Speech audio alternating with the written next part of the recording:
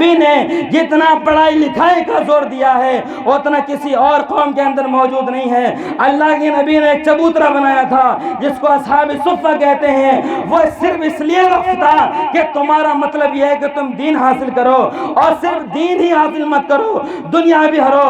حضرت صہیب رومی کو اللہ کے نبی نے فرمایا کہ تم ہبرو سیکھ لو، کیونکہ دوسری لینگویج کو سیکھنا اس لیے کہ ہم اس میں اسلام کی تبلیغ کریں گے، یہ بھی ایک باعث اجر کام ہے۔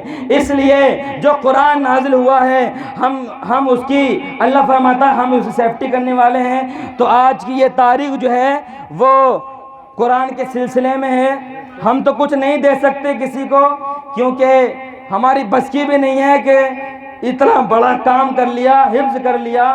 حفظ کرنا معمولی بات نہیں ہے۔ I P S, U P S C, یہ NET, NET, J R F جتنے ایگزام ہوتے ہیں، یہ سارے ایگزام چھوٹی موٹی کتابیں پڑھ کے ہو جاتے ہیں، زیر و زبر اس میں نہیں ہے، مگر قرآن شریف کے اندر زیر و زبر کا بھی لحاظ کرنا پڑتا ہے۔ اس میں اگر زبر کا زیر رٹ دیا تو غلطی آ گئی، اب تم صحیح تمہارا نہیں ہے۔ جو زیر ہے اس کو زیر پڑھنا پڑے گا، جو زبر ہے اس کو زبر پڑھنا پڑے گا۔ وہ الگ بات ہے کہ اس ہندوستان میں یا اس پوری دنیا میں آج جو ہے حفاظ کرام کا وہ مرتبہ نہیں ہے جو ہونا چاہیے۔ جو حضرت عمر نے بتایا ہے کہ جب جنگ یمامہ ہوئی تھی، اس میں 700 حفاظ جب شہید ہو گئے تھے تو حضرت عمر کو یہ چنتا ہونے لگی کہیں ایسا نہ ہو کہ سارے حفاظ چلے جائیں اور قرآن کریم ایک مکمل باضابطہ نہیں جمع ہونے پائے۔ اس لیے حضرت عمر نے قرآن شریف جمع کرنا شروع کر دیا۔ اور جب مسلمانوں کی حکومت تھی تو 1184 میں جو شخص قرآن شریف حفظ کر لیتا تھا اس کو بغداد کی سرزمین پر گھمایا جاتا تھا اور اس پر پھولوں کی بارش کی جاتی تھی کہ اس نے وہ کر دکھایا ہے جو دوسرا نہیں کر سکتا۔ وہ الگ بات ہے کہ ہم رات کی چٹائی میں بیٹھ کر کے کلام اللہ حفظ کر لیتے ہیں، مولوی بن جاتے ہیں، عالم بن جاتے ہیں، مگر پھر بھی ان کو وہ سیٹ نہیں مل پاتی جو ایک یو پی ایس سی والے کو مل جاتی ہے۔ اس کی وجہ کیا ہے؟ اس کی وجہ یہ ہے کہ آج اسلامی حکومت نہیں ہے۔ اس کی وجہ یہ ہے کہ ہم نے قرآن شریف کو صرف ہم نے خود ہی عمل نہیں کرتے، ہم خود ہی اس کا لحاظ نہیں کرتے، ہم خود ان کو اہمیت نہیں دیتے، وہ دوسرا اہمیت کرنے کے لیے نہیں آئے گا، کیونکہ کلام اللہ حفظ کرنا معمولی بات نہیں ہے۔ کلام اللہ حفظ کرنا معمولی بات نہیں ہے۔ ایک نمبر یاد نہیں رہتا ہے، ایڈریس یاد نہیں رہتا ہے، نماز تک درست نہیں ہو پاتی ہے لوگوں کی، مگر پورا کلام اللہ جس نے حفظ کر لیا ہو اس کا معاملہ ہی کچھ الگ ہے۔ اللہ کے نبی فرماتے ہیں ان صاحب القرآن مع الکرام البررہ، یعنی قرآن شریف جس نے حفظ کر لیا وہ قیامت کے دن کرام الکاتبین کے ساتھ ہوگا۔ اور اللہ فرماتا ہے، اللہ کے نبی فرماتے ہیں اذا مات حامل القرآن، جب کسی حافظ کا انتقال ہو جاتا ہے، او اللہ تعالی الی الارض، اللہ تعالی زمین کو یہ کہتا ہے اللہ تاکل لحما، کہ تو اس انسان کے جسم کو مت کھانا، تو مٹی کہتی ہے فکیف آکل لحما وکلامک فی جوفی، میں کیسے اس انسان کے جسم کو کھاؤں گی جبکہ اس کے سینے میں کلام اللہ موجود ہے۔ اللہ سبحان اللہ، نعرہ تکبیر، نعرہ رسالت، اس کے اعلیٰ حضرت، تحفظ قرآن، جشن دستار بندی، نعرہ تکبیر، نعرہ رسالت۔ آج کل ہم دیکھ رہے ہیں کہ جو آ رہا ہے قرآن پر اعتراض کرتے ہوئے آ رہا ہے کہ قرآن شریف میں عورتوں کا حق نہیں ہے، کہ قرآن شریف میں جو ہے وہ مردوں سے کم رکھا گیا عورتوں کے لیے، کہ قرآن کریم کے اندر برابری نہیں ہے۔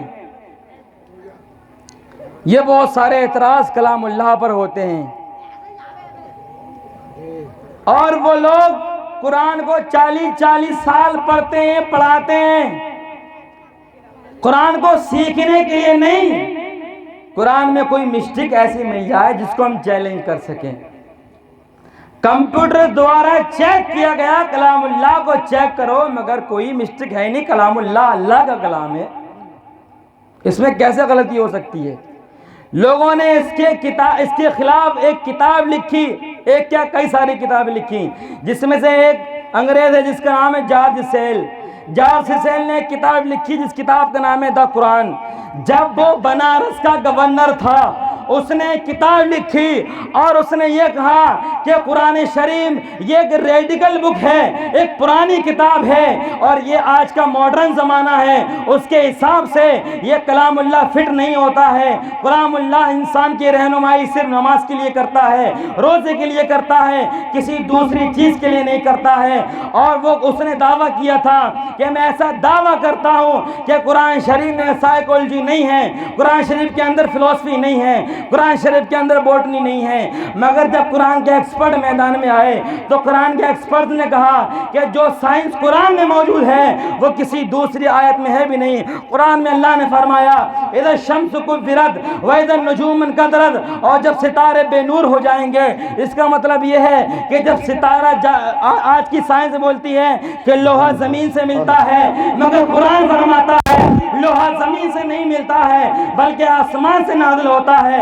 اللہ نے 28ویں پارے میں فرمایا وَأَنزَلْنَا الْحَدِيدَ فِيهِ بَأْسٌ شَدِيدٌ وَمَنَافِعُ لِلنَّاسِ, ہم نے لوہے کو نازل کیا, قرآن لوہے کو زمین سے نہیں نکالا.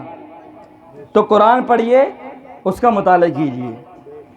حضرت محنت کرتے ہیں اور اس پروگرام کا مطلب بھی یہی ہے کہ قرآن پڑھنا سیکھ جاؤ. کسی دوسری قوم کے پاس کتاب نہیں ہے, میں نے بتایا نا ابھی کہ کسی دوسری قوم کے پاس کتاب ویسی نہیں ہے جس میں غور کر کے کچھ نئی چیز بنائی جائے. وہ تو قرآن کریم ہی ہے جس کے اندر نئی چیز کا بھی تذکرہ ہے. اللہ فرماتا ہے وَيَخْلُقُ مَا لَا تَعْلَمُونَ, اللہ پیدا فرمائے گا جو تم جانتے بھی نہیں ہو, ایسی چیز کو اللہ پیدا فرمائے گا. اور وہ جو آج کا انوینشن ہے وہ الگ بات ہے کہ قرآن کی تھیوری کو چرا کر کے, مسلمانوں کی تھیوری کو چرا کر کے لوگ اپنی تھیوری بنا لیتے ہیں اور کہتے ہیں کیمسٹری ہم نے بنائی ہے, بایولوجی ہم نے بنائی ہے, یہ جو فزکس ہے ہم نے بنائی ہے. مگر انہوں نے نہیں بنائی ہے. جب سے مسلمانوں نے پڑھنا لکھنا چھوڑا ہے انہوں نے مسلمانوں کے سائنسز کو اپنی لینگویج میں کنورٹ کر لیا اور اپنے نام سے پبلش کر دیا.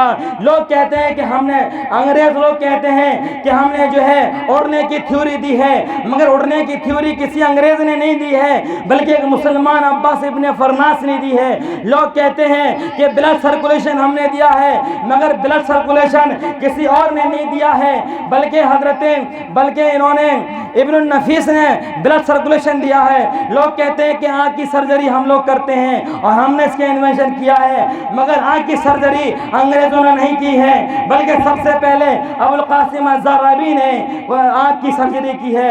لوگ کہتے ہیں کہ ہم نے فزکس بنائی ہے, مگر فزکس جو ہے وہ انگریزوں نے نہیں بنائی ہے بلکہ اس میں ابن رشد کا کنٹریبیوشن ہے, اس میں ابو بکر رازی کا کنٹریبیوشن ہے. لوگ کہتے ہیں ہندوستان سے لے کر کے افریقہ کا راستہ واسکو ڈی گاما نے طے کیا ہے.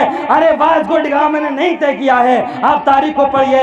یہ جو راستہ ہے یہ ابن ماجد نے طے کیا ہے. لوگ کہتے ہیں کہ ہم نے جو ہے پوری دنیا کا ورلڈ میپ بنایا ہے, مگر انگریزوں نے ورلڈ میپ نہیں بنایا ہے بلکہ اسپین کے ایک شخص ہیں جن کا نام ادریسی ہے, انہوں نے ایک ورلڈ میپ بنایا ہے اسٹیل کا اور ایک کتاب اس کے اوپر لکھی ہے.